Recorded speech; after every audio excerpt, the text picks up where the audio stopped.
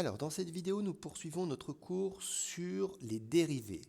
Donc, on aborde le grand 2 qui va concerner les fonctions dérivées. Revenons juste un instant sur ce qu'on a vu précédemment. Donc, avec cet exemple où on avait une fonction représentée par la courbe en bleu. Pour cette fonction, on avait réussi à tracer des tangentes à la courbe, donc une tangente au point d'abscisse 2, qui est la tangente verte, une tangente au point d'abscisse 4, qui est la tangente rouge, une tangente au point d'abscisse 6, qui est la tangente rose. Et pour chacune de ces tangentes, on avait lu le coefficient directeur, ce qui nous avait donné donc f' de 2, f' de 4, f' de 6. Ce qu'on vient de faire là pour en 2, en 4 et en 6, pour ces 3 points, on peut le faire à n'importe quel endroit de la courbe. Et sur cette courbe, il y a une infinité de points. Donc, des nombres dérivés, on peut en trouver une infinité.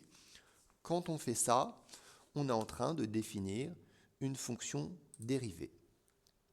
Et on note donc la définition d'une fonction dérivée. On dit que f est dérivable sur l'intervalle i si le nombre dérivé f' de x est 0, c'est-à-dire le coefficient de la tangente, existe bien à n'importe quel endroit de i, comme on l'a vu sur la parabole. Et on définit alors sur i la fonction dérivée f, notée f', qui à chaque x va associer le nombre dérivé f' de x. Maintenant, on aimerait bien être capable de trouver f' de x par le calcul. Alors pour ça, il va falloir qu'on ait des formules et qu'on les apprenne. Alors, on va noter les formules suivantes, donc, qui vont être en deux parties. Une partie va concerner les dérivés usuels. Alors nous, on va considérer uniquement des fonctions très simples. Donc, quand on écrit k, ça veut dire une fonction constante.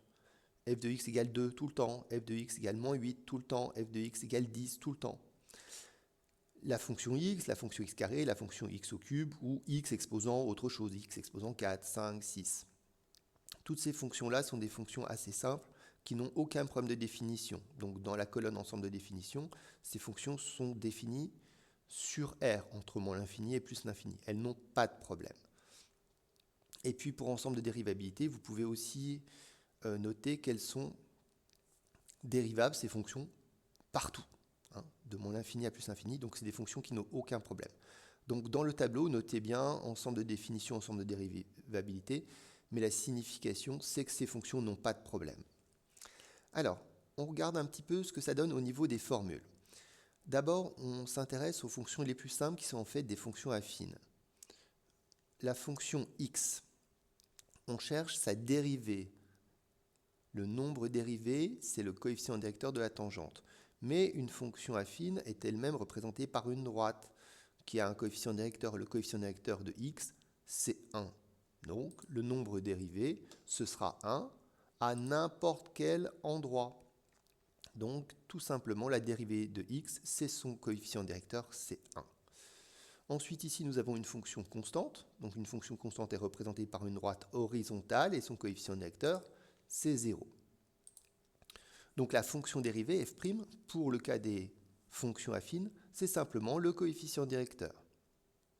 Pour les autres, on ne va pas faire de démonstration, on va juste apprendre. La dérivée de x carré, c'est 2x. La dérivée de x au cube, c'est 3x carré. Et puis, quand on regarde les premières formules, on se dit qu'il y a peut-être un schéma qui se répète. Déjà, l'exposant 2, ici, on a l'impression qu'il se retrouve en coefficient dans la dérivée.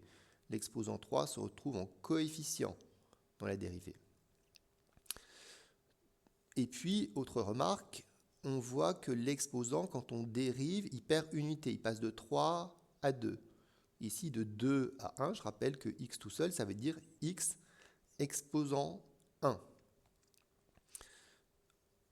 On voit si ça donne bien ça au niveau de la formule. Effectivement, le coefficient, c'est l'exposant, n, et l'exposant, lui, a perdu une unité. On est passé de n à n-1. Donc voilà pour les dérivés des fonctions usuelles.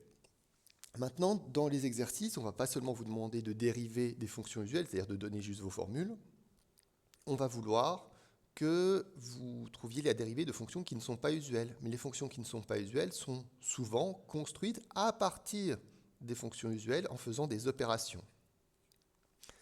Voyons d'abord l'addition.